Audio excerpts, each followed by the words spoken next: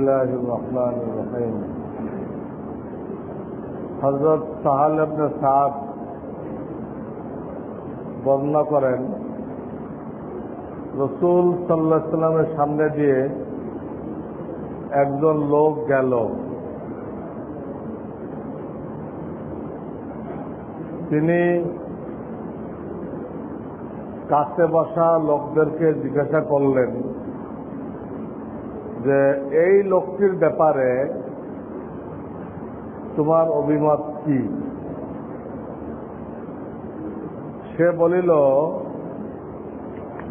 এই লোকটি অত্যন্ত অভিজাত শ্রেণীর লোক। সে যদি কোনো জায়গায় বিবাহের প্রস্তাব পাঠায়, সেই প্রস্তাব গ্রহণ করা হইবে, এবং যদি কোনো সুপারিশ করে তবে সেই সুপারিশ গ্রহণ করা হইবে। হযরত সাহাল বলেন, রাসূল সাল্লাল্লাহু আলাইহি ওয়াসাল্লাম কোনো কথা বলিলেন না, খালি ওনার মন্তব্যটা শুনে রাখলেন।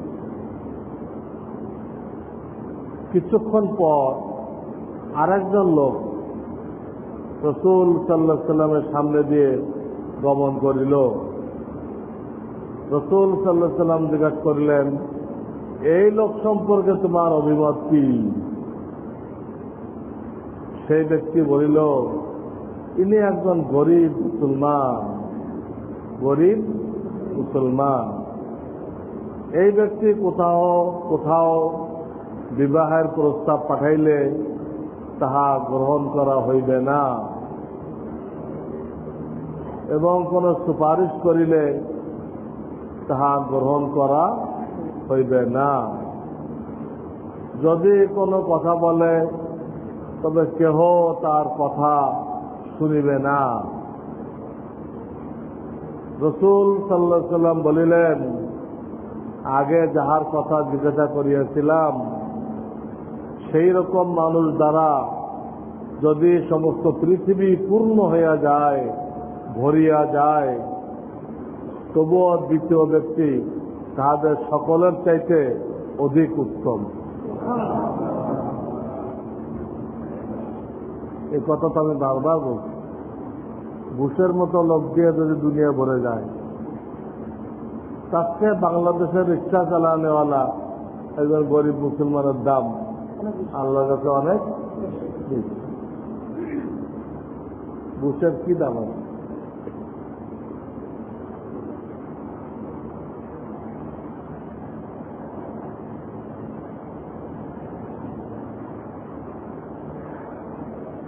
কয়েকটা প্রশ্ন।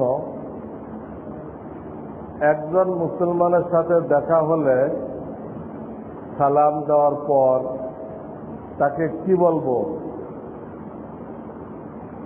কেমন আছেন, কি খবর, বা ইমানের হালাত কি, আল্লাহ পাক কেমন রেখেছেন, কোন কথাটা বলবো? হ্যাঁ,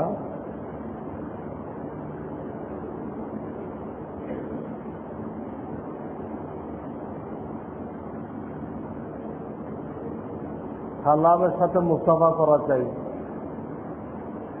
সালামের সাথে মুসাফা করা চাই। তারপরে কেমন আছেন এটাও জিজ্ঞাসা করা হাদিসে প্রমাণিত। মুসলমান ভাইয়ের খোঁজ খবর রাখা, যদি তার কোনো বিপদ আপদ শোনা যায় তো সহযোগিতা করা।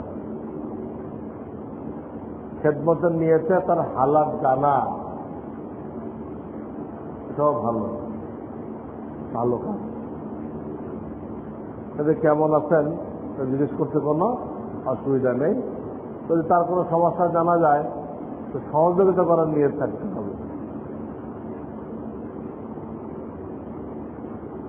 কারো সম্পর্কে অন্যের নিকট কতটুকু কথা বললে গীবত হয়ে যায়?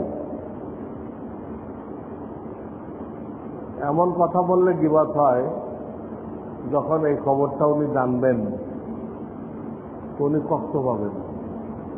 যার ব্যাপারে বলা হলো আপনার কথাটা তার কানে গেলে তিনি কি হবেন, যে আমার নামে এই কথাটা কেমনে বললো, এই পর্যায়ে গেলে গীবত হবে। আপনি নিজে ধারণা করেন, নিজেকে দিয়ে বুঝেন যে আপনার নামে ওই কথাটা আর এক ভাই বললে আপনি কষ্ট পাইছেন কিনা।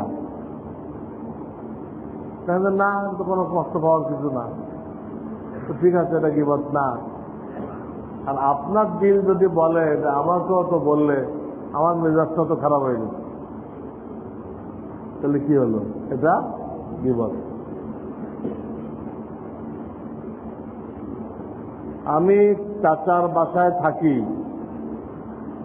তাছাড়া অন্য কোথাও থাকার জায়গা নেই। আবার এখানে থাকলে বাধ্যতামূলক কিছু গুনাহ করতে হয়। বাঁচার জন্য অনেক চেষ্টা করি, তারপরও এড়ানো সম্ভবপর হচ্ছে না। এটা এইভাবে এটা হবে না। এটা যিনি দিচ্ছেন তার যার সাথে আধ্যাত্মিক সম্পর্ক আছে, ইসলাহি সম্পর্ক আছে, তার কাছে বিষয়টা খুলে বলতে হবে কি গুনাহ হয়। সেটা পাইকারি লেখা হয়েছে, সেই গুনাহটা কি, কেন হয়, তার থেকে বাঁচার জন্য কি ধরনের চেষ্টা করা হয়েছে, যে বললে ইসলাহি মুরব্বী যিনি, তিনি একটা ফয়সালা দিবেন। এটা এইভাবে পাইকারি ভাবে বললে তো কোনো ফায়দা নেই।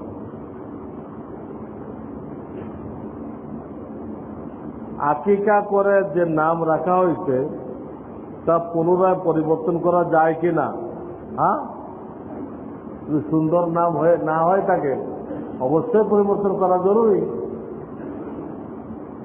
আকিকা করে খারাপ নাম রাখছে, জানতো না, পচা নাম রাখছে, অনেক নামের অর্থ বিস্তৃতি, তো জানতে পারলে ওটা নামটা পাল্টাই দিতে হবে। কিন্তু এর জন্য ফের আকিকা করার দরকার নেই। আকিকা তো হয়ে গেছে 7 দিনের দিন, ওটাই যথেষ্ট। অনেকে এটা মনে করে যে নাম চেঞ্জ করলে আবার কি করতে হবে, এইটা ভুল।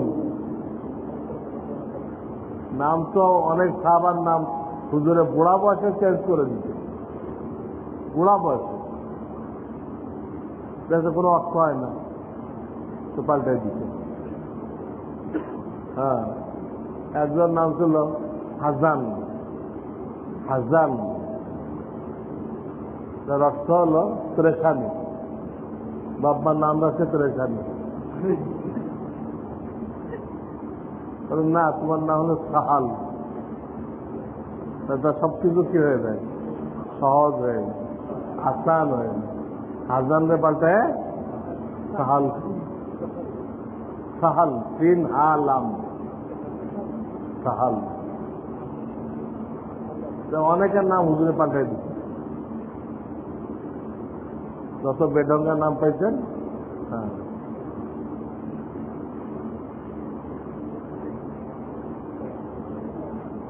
আমার ভাইয়েরা আমাকে বিদেশ পাঠান, তাদের খরচে। আমি তাদের কাছে বিদেশে যাওয়ার জন্য ধারও চাইনি, সোয়ালও করিনি। এক্ষেত্রে ওনাদের টাকা ফেরত দেওয়া জরুরি কিনা?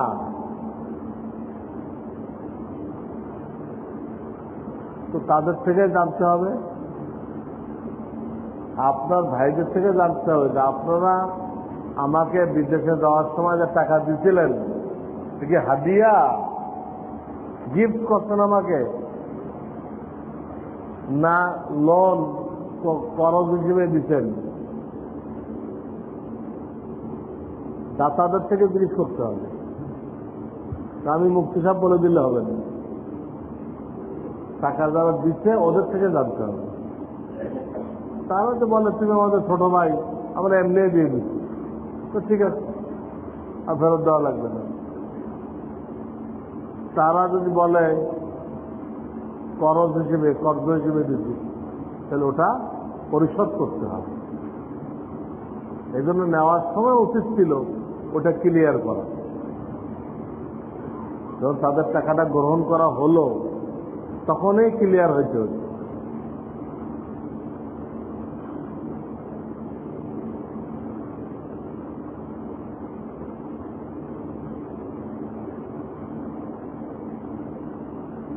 আমাদের দেশে মৌচাক ভেঙে দিলে যার কাছে বাসা সে অর্ধেক নেয়, যে ভেঙে দেয় সে অর্ধেক নেয়। আমি তৃতীয় ব্যক্তি হিসেবে বাসা ভাঙার জন্য মালিককে লোক খুঁজে দেই এবং মালিক থেকে অর্ধেক নেই। ও যে বাসা ভেঙে দিচ্ছে তার থেকেও অর্ধেক নেই।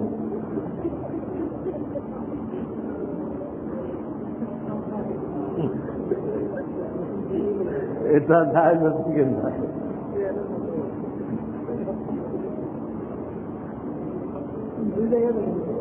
হ্যাঁ, এটা ফতোয়া বিভাগে জমা দেন, কি ফতোয়া আছে। পারিশ্রমিক তো দুই দিক দিয়ে দিচ্ছে, ঠিক না? শরিয়াতে এত ছোট কাজের জন্য তো পয়সা নেওয়া ঠিক না, খালি খবরটা দিচ্ছে,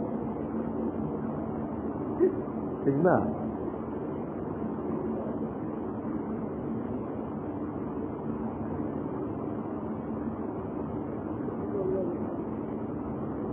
ফতোয়া বিভাগে জমা দিয়েছেন। তবলিগের এক সাথী মুরিদ হয়েছে প্রায় 7 বছর। অন্য কোন সাধারণ লোক তাকে যদি বলে তবলিগের ব্যাপারে আপনার সাথে পরামর্শ করবে, অন্য কোন সাধারণ লোক তাকে যদি বলে তবলিগের ব্যাপারে আপনার সাথে, মানে আমার সাথে আর কি পরামর্শ করবে, তাহলে সে বলে আপনি নাকি তবলিগ বুঝেন না এবং আপনার সমালোচনাও করে। সে ব্যক্তি কি সত্যি আমার মুরিদ? সে তো আমার শায়েখ হয়ে গেল। যখন আমি তবলিগ বুঝতে পারলাম না, হ্যাঁ সে বুঝতে পারছি এই লোক আমার মুরিদ হওয়ার যোগ্যতা রাখে না, আমার শায়েখ হওয়ার কি রাখে, যোগ্যতা রাখে, তো মুরিদ কেমনে হবে? তার ধারণায় আমি এখন তবলিগ বুঝতে পারি নাই, কিন্তু আমার কাছে তবলিগের ব্যাপারে পরামর্শ করার কোনো দরকার নেই।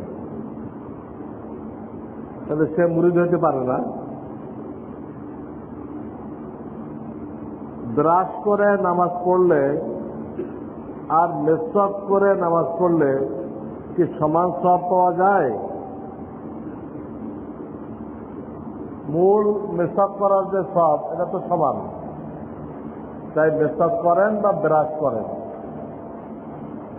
তবে গাছের ডাল হলে আলাদা একটা সওয়াব পাওয়া যায়, মুস্তাহাব। দাঁত যে সাফ করা হবে, এটা কোনো গাছের ডাল হওয়া, এটা একটা মুস্তাহাব আমল। তো ডাল হলে ওই মুস্তাহাবের সওয়াব পাওয়া যায়, কিন্তু নামাজের আগে বা উযুর সময় যে মুখ পরিষ্কার করতে বলা হয়েছে, এই হুকুমের দিক দিয়ে দুটো সমান। মেসওয়াক দিয়ে করেন আর ব্রাশ দিয়ে করেন এক সমান।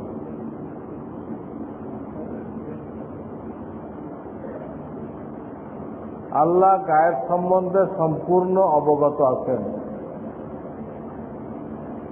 আল্লাহ গায়েব কারো কাছে প্রকাশ করে না, শুধুমাত্র তার মনোনীত রসুল ব্যতীত। নিশ্চয় তখন আল্লাহর পক্ষ থেকে রসুলের সামনে ও পিছনে পাহারাদার নিযুক্ত করে দেন। সূরা জিন। আহলে সুন্নাত আল জামাতের লোক এই আয়াত দিয়ে প্রমাণ করে যে হযরত মুহাম্মদ সাল্লাল্লাহু আলাইহি সাল্লাম গায়েব জানে। আমরা তো আহলে সুন্নাত ওয়াল জামাতের লোক, তা আমরা তো এই আয়াতে প্রমাণ করি যে গায়েব জানেন না। তাহলে কোন আহলে সুন্নাত প্রমাণ করলো? সে আহলে সুন্নাত নিয়ে আসেন, ওটা দেখি আমরা। ওই আহলে সুন্নাতের চেহারা দেখি যে আয়াত দিয়ে কি প্রমাণ করে। রসুল গায়েব জানতেন, এটাকে প্রমাণ করে, ওটা নিয়ে আসতে হবে। রসুল গায়েব জানতো কই? আল্লাহ ছাড়া কেউ জানে না। তা আল্লাহ যদি কোনো মনোনীত বান্দাকে জানাইতে চান তো জানাবে। আল্লাহ যখন জানাই দিল তো তার গায়েব জানা হলো কেমনে? গায়েব জানা কাকে বলে? একা জানতে হবে, কেউ জানানো ছাড়া একা জানতে হবে এবং সকল গায়েব জানতে হবে। আল্লাহ জানাই দিল তো একা জানলো কই? আল্লাহ জানাই দিচ্ছে, রসুল আমাদের জানাই দিচ্ছে। আল্লাহ জানাই দেওয়ার পরও যে গায়েব জাননেওয়ালা হয়, আমরাও গায়েব জাননেওয়ালা। আল্লাহ জানাই দেওয়ার পরে রসুল গায়েব জাননেওয়ালা হয়েছে, এইটা কিন্তু গায়েব জাননেওয়ালা বলা যায়। আমরাও কি কবরে কি হয় আমরা জানি না? নেককার হলে জান্নাতের বিছানা আছে, এই আছে। বদকার হলে সাপ আছে, বিচ্ছু আছে, এগুলো আমরা জানি না? আর কিয়ামত আসতেছে, ঈসা আলাইহিস সালাম আসতেছে, দাজ্জাল আসতেছে, ইমাম মাহদী আসতেছে, ইয়াজুজ মাজুজ আসতেছে, দাব্বাতুল আরক আসতেছে, পশ্চিম দিক দিয়ে সূর্য উঠবে। এগুলো গায়েব না? আমরা জানি না? আমরা গায়েব জানা হয়ে গেলাম। আল্লাহ জানাইছে রসুলকে, রসুল আমাদের জানাইছে। এইটাকে কোনো গায়েব জানা বলে না। একা জানতে হবে, নিজে নিজে নিজে জানতে হবে এবং সকল গায়েব জানতে হবে। সকল তাকে বলে গায়েব জাননেওয়ালা। এই গায়েব জাননেওয়ালা আল্লাহ ছাড়া আর কেউ নেই। তাহলে কোন আহলে সুন্নাত ওয়াল জামাত এই কথা বলল? পাগলের কথা।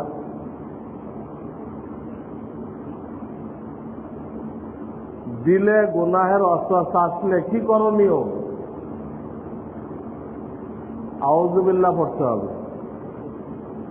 আউযু বিল্লাহি মিনাশ শাইতানির রাজিম, আমানতু বিল্লাহি ওয়া রুসুলিহি, এটা পড়তে হবে। পড়ে অন্য কোনো ভালো কাজের চিন্তায় লাগতে হবে। চিন্তা কাজ, আউযু বিল্লাহ পড়া, আমানতু পড়া, অন্য কোনো ভালো কাজের চিন্তা করা। ওয়াসওয়াসা যেন না আসে এর জন্য কি আমল করা যেতে পারে? এর জন্য কোনো আমল করা যাবে না, নিষেধ। ওয়াসওয়াসা যাতে না আসে এর জন্য কোনো আমল করা যাবে না। কারণ ওয়াসওয়াসা আসা ঈমানের আলামত। আপনি ঈমানের আলামত নষ্ট করতে চান কেন? আপনি ঈমানের আলামত, হাদিস আছে যাকা সরিউল ঈমান, ঈমান আলামত নষ্ট করা যায়? কোন কাফেরকে শয়তান ওয়াসওয়াসা দেয় না। আপনাকে যখন দিচ্ছে তাহলে আপনি কাফের না, আপনি মুমিন। আপনি বন্ধ করতে চান কেন? রাখুক, আসলে নাউযু বিল্লাহ পড়বেন, আমানতু বিল্লাহ পড়বেন, অন্য চিন্তা করবেন। শেষ।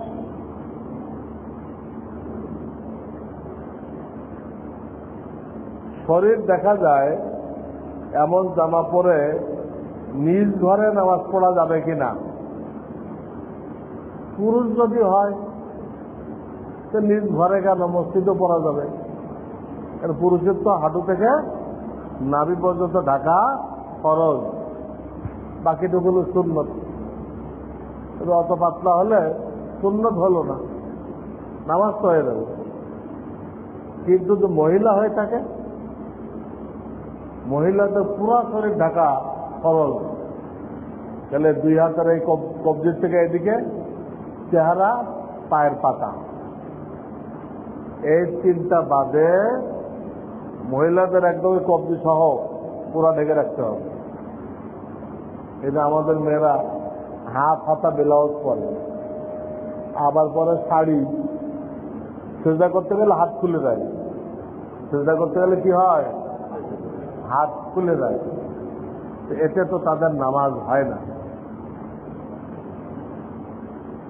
এই ধরনের তাদের অভ্যাস, হাফ হাতা ব্লাউজ আবার শাড়ি, তাদের উপরে বড় ধরনের একটা ওড়না দিয়ে দিতে হবে।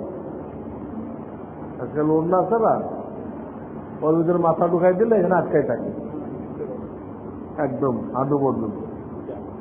তাহলে নামাজের আগে এটা পড়তে হবে তাদের, যাতে হাত টাপ না করলে।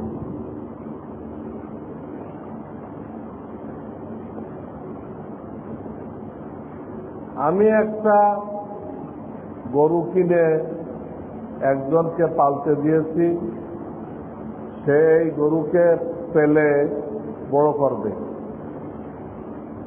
আর যদি এই গরু আল্লাহর ইচ্ছায় বড় হয়, তাহলে এই গরু বিক্রি করে যা লাভ হবে তা আমরা সমানভাবে ভাগ করে নিব।